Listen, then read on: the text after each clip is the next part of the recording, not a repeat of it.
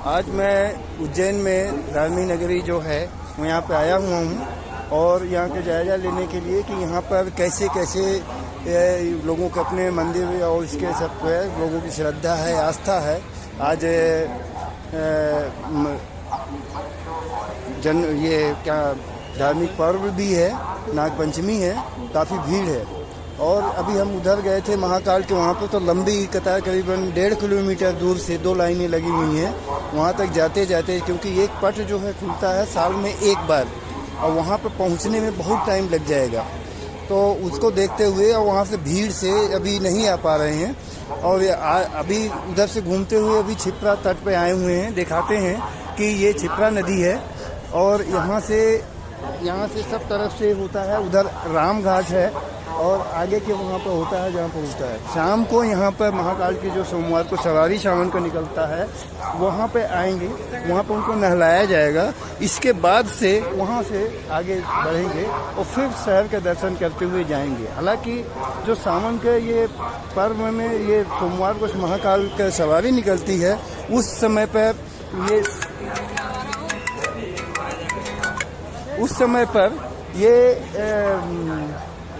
ये जो सामने जय श्री महाकाल लिखा हुआ है, ये महाशिवरात्रि के दिन 18 लाख के आसपास दीपक यहाँ लगे थे। हमारा लक्ष्य था 21 लाख दीपक लगाने का, लेकिन किसी कारणवश कुछ दीपक न लगे हैं। उस दीपक को अच्छे प्रयोग के लिए जय श्री महाकाल लिखा गया है, जिसमें लोहे की जाली बनाई गई है। वो नदी घाट में जितने दीपक लगे थे वो दीपक को एकत्रित करके जो पेड़ में ना आए उसका सदुपयोग यहाँ किया गया है, जय श्री महाकाल लिखा गया है। फिर आपने शास्त्रों के अनुसार सुना होगा कि अपने 18 पुराण में सप्तपुरी जो स्थान आते हैं, 7 नदियाँ जो ऐसी है कि जो पितरों का तर्पण किया जाता है, पिंडदान किया जाता है, जिसमें हमारी अवंतिका नगरी है, जिसके अवंतिका नगरी होने के कारण ये उज्जैन शहर के नाम से प्रसिद्ध है। यहाँ पर 12 ज्योतिर्लिंग में जय श्री महाकाल ज्योतिर्लिंग मंदिर है, जो आपने नदी के उस पार देखा होगा और आप समय अनुसार गए होंगे। जाने के बाद में सप्तपुरी में ये स्थान सब छिपरा नदी तट कहा गया है। कहने के बाद में इसमें ये कहा गया है कि यहाँ पितरों के निर्मित जो भी 16 श्राद्ध में जो व्यक्ति यहाँ आके दूध चढ़ाता है या अपने पिंडदान पितरों के निर्मित करता है, उनको भगवान के चरणों में सिंहासन आसन मिलता है।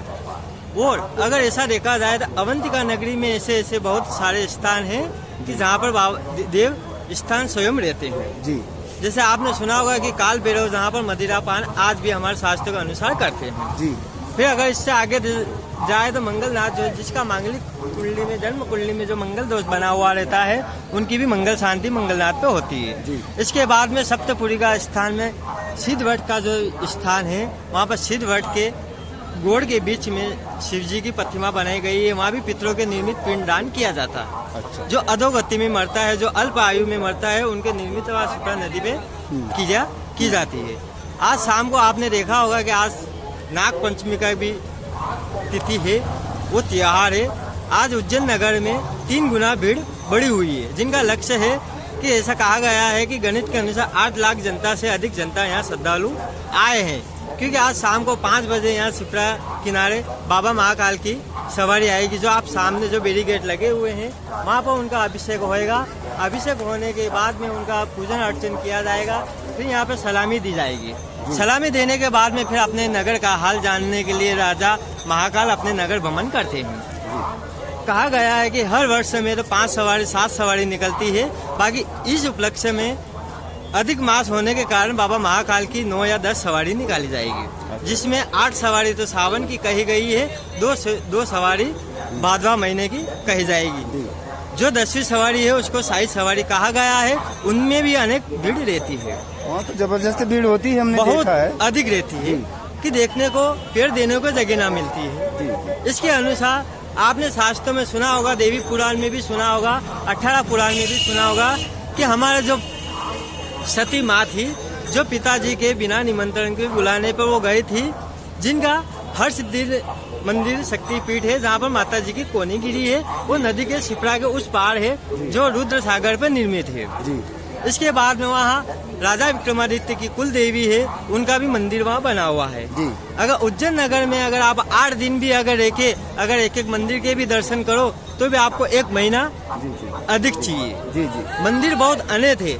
बाकी प्राचीन परंपराओं के अनुसार, शास्त्र के अनुसार आपको देव स्थान इतने मिलेंगे कि शायद आप 5 कुंटल चावल भी अगर चढ़ाओगे गिन के तो भी वो कम पड़ जाते हैं। जी पंडित जी, एक चीज़ और हम जानना चाहते हैं, ये तो धार्मिक आस्था हो गया है और आज का भी है, और पहले से भी मैं भी कुछ भी जानता रहा हूँ यहाँ पर, क्योंकि बचपन में मेरा यहाँ बीता है समय पर, तो ये जानता हूँ। कुछ चीज़ें और जानना चाहता हूँ जनजीवन के विषय में, कि यहाँ की जनसंख्या लगभग कितनी होगी उज्जैन? यहाँ की जनसंख्या है लगभग 5 लाख से 6 लाख के बीच में। अच्छा जी। अच्छा, और यहाँ पर जो मंदिर से जो है कितने, लगभग हर गली में हमने देखा कि हर 100 मीटर की दूरी पर कोई कोई छोटा बड़ा मंदिर है।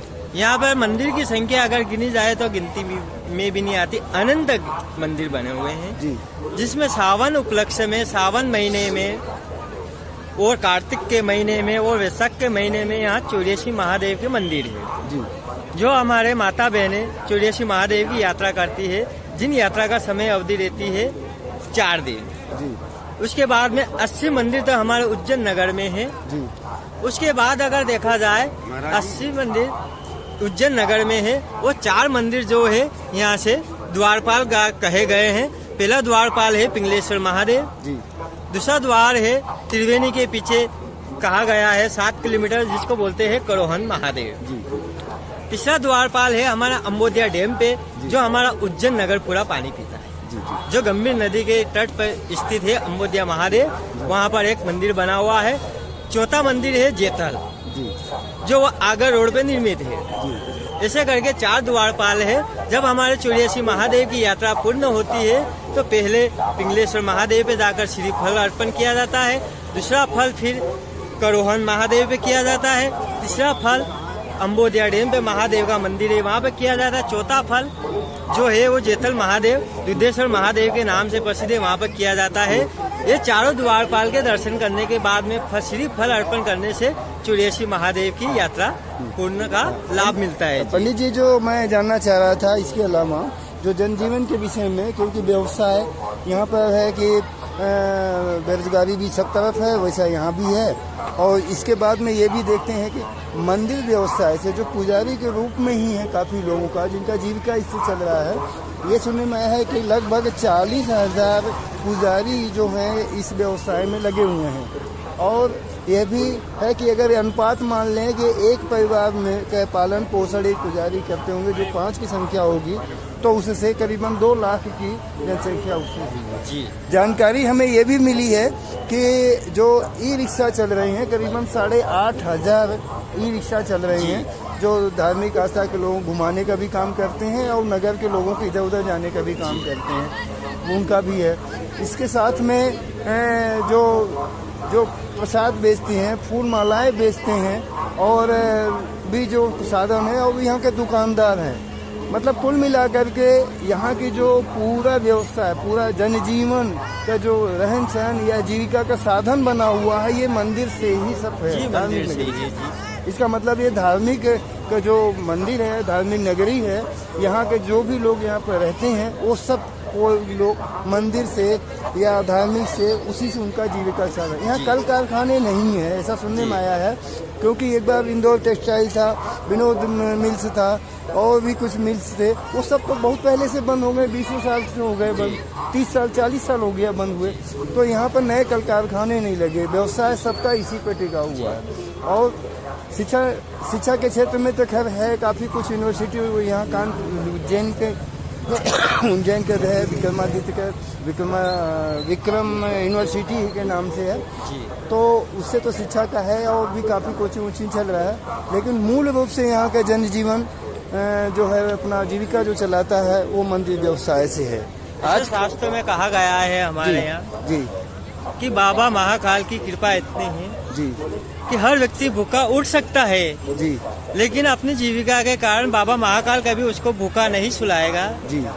यहाँ पर आपने देखा होगा कि घाट पे आपने शिप्रा नदी के किनारे देखा अनेक ब्राह्मण देवता पूजन कर रहे हैं, हमारे पूजनीय गुरुदेव भी कर रहे हैं। हमारे शास्त्र में ऐसा कहा गया है कि जितने निवासी ब्राह्मण यहाँ के हैं उससे भी अधिक गुना ब्राह्मण देवता बाहर के आए हुए हैं और भगवान बाबा महाकाल की कृपा से सबका अपना कोई अनुष्ठान कर रहे हैं, कोई क्या कर रहे हैं, सबके अपने जीवन की जीविका या फैमिली के साथ में चल रही है जी।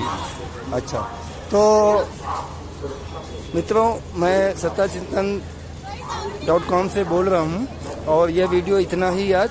इसको जिन्होंने सब्सक्राइब नहीं किया हो सब्सक्राइब करें। और यह अभी हम यहाँ पर 2-3 दिन रुक कर के सब करेंगे। शाम का हम महाकाल की जब सवारी निकलेगी उसका हम अलग वीडियो प्रस्तुत करेंगे। तब तक के लिए अगर माँ भगवती ने अगर चाहा